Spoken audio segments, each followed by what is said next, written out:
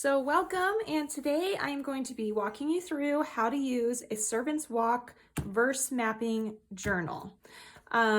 So just to take a look at that, I'm gonna pull it on over here and just show you exactly what a Servant's Walk verse mapping journal looks like. So if you're new to verse mapping is when you really just dig into a verse of the Bible, and you dig into what certain words mean, what the context is, what the translations are. So when you first open a Servant's Walk verse mapping journal, you're first going to see an example and instructions of how to use the journal. This right here is a finished verse map that I did, but just to show you what it looks like when it's blank. When it's blank, you're going to have a place where you're going to write your verse. I'll go into how to use these circles here in a minute. But one thing you'll notice is I have blank headings here for the verse map. That's because I feel like once you get into verse mapping, everybody does it differently. And for me, two verse maps don't ever look exactly the same. A certain verse will inspire me to do different things.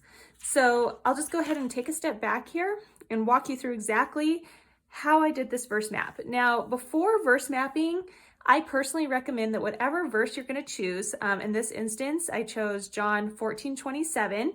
So I used this heading to put the date. I love putting the date because for me, this is like a journal that I love to look back on. So like a year from now, I might want to come back to June 14th of 2023 and see what was I looking at that day? And it almost becomes a devotional for me to look back at verses that I've already dug into and how they spoke to me at that time. So I start off with that. But before digging into this verse, John 14:27, I recommend reading that whole book of the Bible. Okay, so before I start verse mapping and I'm doing John, I'll read the whole book of John. It sometimes takes me a few weeks, but I'll read that whole book and I will go through and I will highlight and star verses that really speak to me or that I have more questions about. And once I'm done reading the whole book of John, then I go back to those verses. I choose, sometimes 2, sometimes 10 different verses that I want to dig into and I want to verse map. So I do recommend, reading that book of the Bible first. But for John 14:27, okay, I chose the NIV version. First thing I'm going to do is I'm going to write out this verse, okay? So peace I leave with you. My peace I give you. I do not give as the world gives. Do not let your hearts be troubled and do not be afraid. So after I write that verse, I go through and I highlight words I want to know more about. So I call these keywords. So if you are looking for certain keywords to highlight, I want to dig deeper into what peace means, leave means, and there's no rhyme or reason to exactly what words you choose.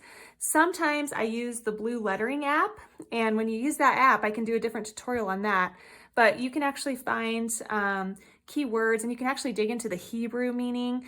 But what I do is I just dig into, verbs and just words that really stand out to me in this verse that I want to dig into more. So I start off with that and I highlight them in different colors, as you can see. So this one, my ink did smear a little bit. So that's one thing. Those of you, I'd love to hear your pen recommendations. I just use this ballpoint pen here, and it does take a minute to dry before I highlight. So that's kind of a downfall of my pen, but so it did smear a little bit, but I do that color for peace. I did green for leave and so on. And then I color the circle out here the same color that I highlighted with. So for peace, I'm going to go into more about what exactly does peace mean. And you can dig into this. The Blue Lettering app is great for breaking down definitions, and the Blue Lettering app is a Bible study app.